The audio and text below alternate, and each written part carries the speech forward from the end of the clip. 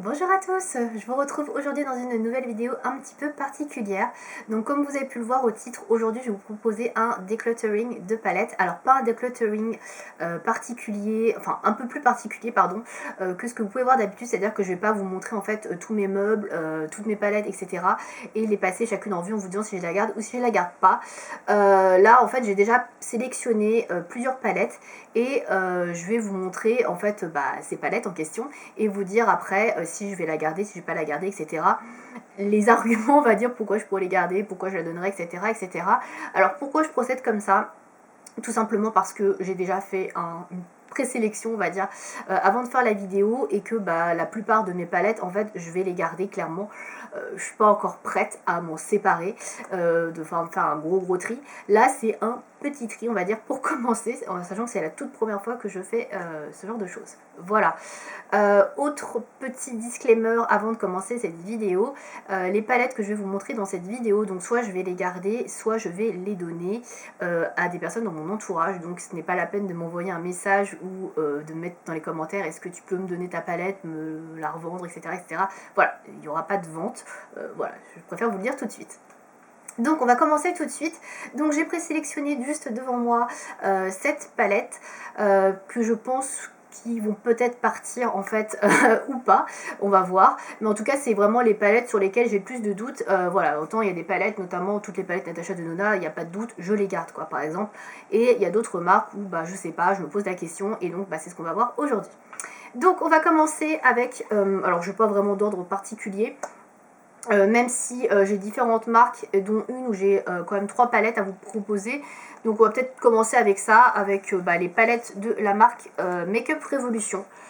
Donc en fait j'ai en total dans toute ma collection 3 palettes Makeup Revolution. J'ai la Iconic Pro 1 qui est celle-ci. Je vais vous la montrer parce que là en fait elles sont toutes dans leur emballage d'origine je crois. Ouais, elles sont encore toutes dans leur emballage d'origine, donc c'est cette palette là qui se présente comme ceci. Hop, je vous la montre rapidement et après on va repasser dessus un peu plus en détail pour pas que la vidéo ne dure 3 ans. Donc c'est une palette de neutre. Ensuite j'ai la palette I Heart Revolution, donc c'est pareil de chez Makeup Revolution, mais c'est une autre marque en fait. C'est la Snow Globe Arctic, donc qui se présente, je vous la montre aussi rapidement, comme ceci. Voilà, donc une palette beaucoup plus colorée. Et enfin, j'ai la palette Revolution Forever Flawless Unconditional Love qui se présente comme ceci. Voilà, donc c'est les 3 palettes que je possède de chez Makeup Revolution. Alors c'est des palettes que j'aime bien. La qualité des fards, je tiens à le préciser parce que c'est pas du tout un critère qui va rentrer en, comment dire, en question. Je veux dire, c'est pas des fards tout pourris, c'est pas des palettes nulles. C'est des fards que j'aime bien, mais c'est pas des palettes que j'utilise beaucoup, et notamment la palette Revolution Iconic Pro, celle-ci je l'ai depuis plusieurs années, je me rends compte que j'utilise vraiment pas. Et les 2 autres palettes que j'ai achetées, celle-ci l'an dernier, que j'utilise pas tellement non plus, donc c'est pour ça que je me dis que ça sert à rien de garder 3 palettes de cette marque si je les utilise pas. Donc on va commencer par celle-ci, la I Love Revolution, la Snow Globe Arctic, qui est cette petite palette de 9 fards à paupières. Alors le packaging je le trouve magnifique clairement. Voilà, faut savoir que quand je l'avais acheté l'année dernière sur le site de Maki Beauty je crois, j'ai pris cette palette parce qu'elle était en promo. C'était une palette où il y avait je sais plus 20% etc. Donc je l'ai eu un peu moins cher, et en fait j'ai pas vraiment choisi l'harmonie, les teintes etc. J'ai vraiment choisi pour tester la qualité des fards et la palette. Et voilà, j'ai pas vraiment choisi par rapport à sa composition. Et au final, clairement, je m'en sers pas du tout. Je m'en suis servi juste pour la tester, pour faire la vidéo à ce sujet. Et après, je m'en suis pas servi. Alors, c'est une palette dans laquelle j'aime beaucoup le fard violet qui est ici, et ce fard bleu qui est assez, comment dire, unique, qu'on retrouve pas dans n'importe quelle palette. Mais au-delà de ça, je trouve que les couleurs sont quand même assez proches. On est quand même sur des fards ici qui sont quand même assez proches pour ces 4 couleurs-là. Voilà, il n'y a pas véritablement touche lumière, celui-ci est un peu trop foncé pour ma carnation. Le fard marron ici est satiné, il n'est pas vraiment fait pour faire un fard, comment dire, pour obscurcir et tout ça le coin externe. Donc je la trouve pas extraordinaire, je trouve que c'est assez limité en termes d'harmonie et de combinaison. Et clairement je m'en sers pas, voilà. Le fait que je l'ai encore aujourd'hui, c'est pour ce fard bleu que je trouve très joli. c'est indéniable. Le fard violet est très beau, mais je peux le retrouver dans d'autres palettes. Et ce packaging que je trouve vraiment canon. Voilà, vous avez plein de petites paillettes avec des étoiles, etc. Et ça bouge, c'est très joli. Mais je m'en sers pas, donc du coup, clairement, je pense pas que je vais la garder. Parce que ça sert à rien. Je sais que c'est des fards que je vais retrouver ailleurs.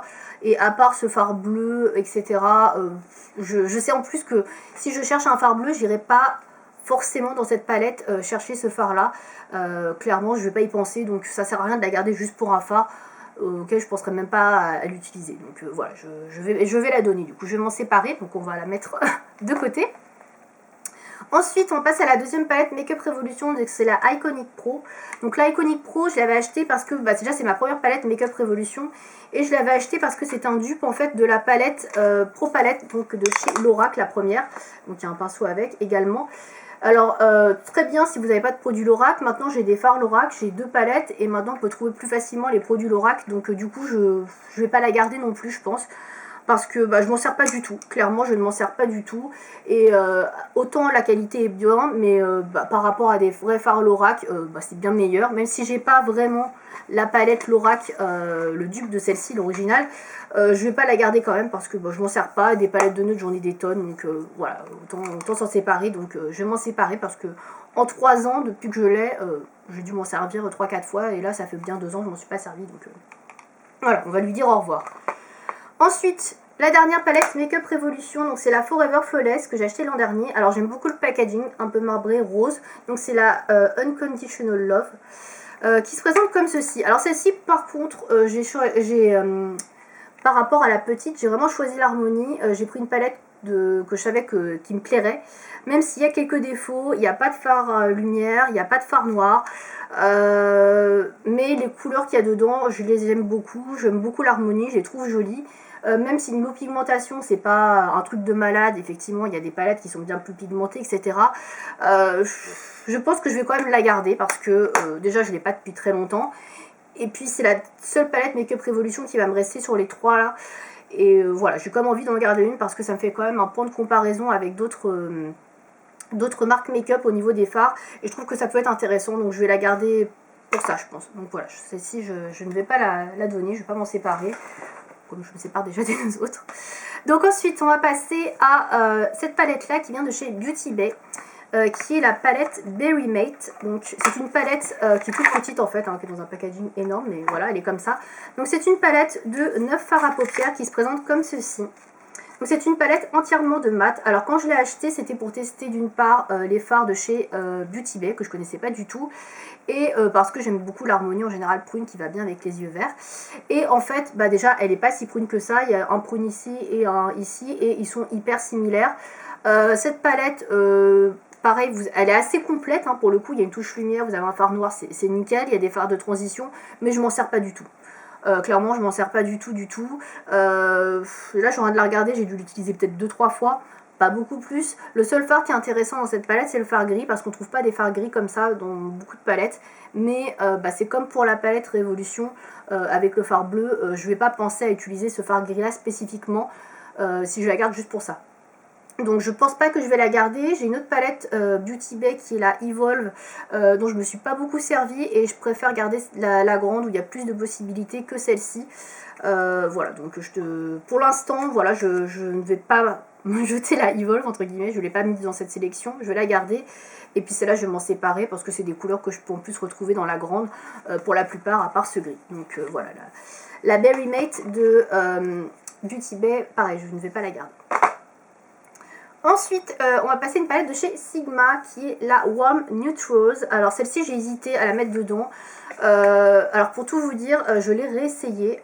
D'ailleurs, j'en ai réessayé plusieurs avant de faire cette vidéo pour être sûre, pour voir ce que ça valait. Alors dans mes souvenirs, cette palette, elle n'était pas hyper pigmentée et pas hyper sympa. Et puis finalement, je l'ai retestée et je trouvais que elle était quand même assez sympa. Alors c'est une palette de fard neutre un peu chaud, on va dire, oui, par rapport à son nom. Il y a une touche lumière, par contre il n'y a pas véritablement de fard noir, foncé, etc. comme j'aime.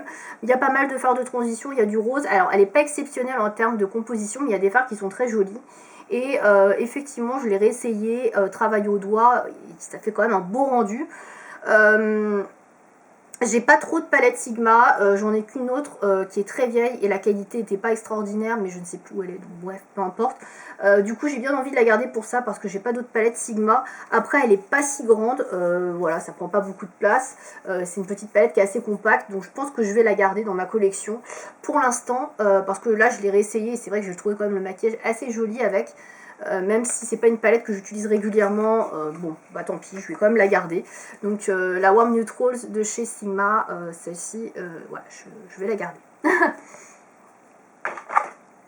Ensuite, j'ai une palette de chez The Balm, qui est la Nude Dude. Alors c'est la deuxième dans les volets Nude Tude. En fait il y avait la Nude Tude qui était sortie en premier il y a de nombreuses années, je ne sais plus combien de temps, je ne sais pas s'il y a les dates, mais non, il n'y a pas les dates. Bon, bref, elle est sortie il y a super longtemps, la Nude Tude. Et ça, c'est la deuxième, la Nude Dude.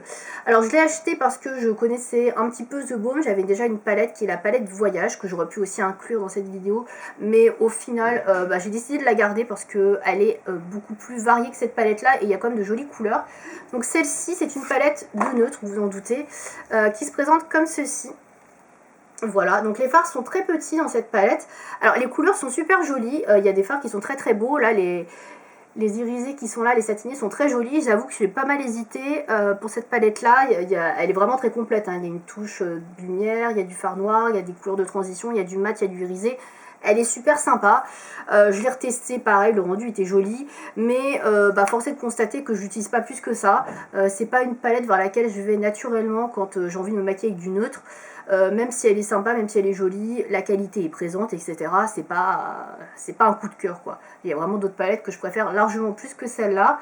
Et le fait que les fards à paupières soient tout petits, bon, voilà, j'ose pas trop l'utiliser aussi. Je me dis, mais si après, quand il est fini, il n'y a plus rien, enfin... Bref, c'est un peu con, c'est sûr, mais bon, c'est comme ça. Et du coup, ouais, cette palette-là, je l'aime bien. Alors... mais je pense que je ne vais pas la garder non plus parce que j'ai deux palettes The Balm que j'utilise pas beaucoup. Mais la deuxième est plus intéressante, c'est la palette voyage que je possède parce qu'elle a des fards colorés, il y a du bleu, du violet, etc. Des couleurs qu'on retrouve pas partout.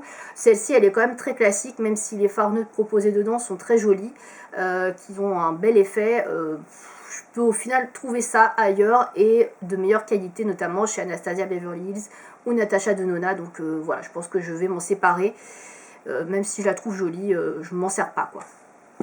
Voilà, on va passer à la dernière palette. Alors la dernière palette c'est la plus grosse et je pense que c'est la plus chère également dans tout ce que je vous ai présenté. Je me suis beaucoup interrogée sur cette palette et j'ai pas encore fini. Donc c'est la Iconic London qui se présente comme ceci. Donc c'est la palette Day2Slay. Il n'y a pas écrit je crois le nom. Bref, peu importe. Donc c'est une palette qui est assez grosse hein, pour le coup. Là vous avez beaucoup de fard à paupières. Donc il y a 20 fards à paupières, c'est vraiment de loin la plus grosse palette que je possède. Voilà, elle est vraiment très grosse, celle-ci elle prend de la place. Alors pourquoi je l'ai mis dans ce top? Parce que clairement il y a tout ce que j'aime et il y a de belles couleurs. Alors pour plusieurs raisons. Alors il faut savoir que cette palette, je l'ai achetée juste avant le confinement, le premier confinement donc de mars 2020. Je l'avais acheté, je sais plus, en janvier ou février, sur le site de Fil Unique. Et en même temps, en parallèle, j'avais acheté d'autres palettes sur d'autres sites, peu importe les palettes. Enfin bref, j'avais acheté avec 4-5 palettes différentes. Et toutes les autres palettes, en fait, je les ai testées, je les ai essayées, etc. Et celle-là, elle est un petit peu passée à la trappe, je l'ai un peu oubliée. Et j'ai dû la tester, je sais pas, 2-3 mois après.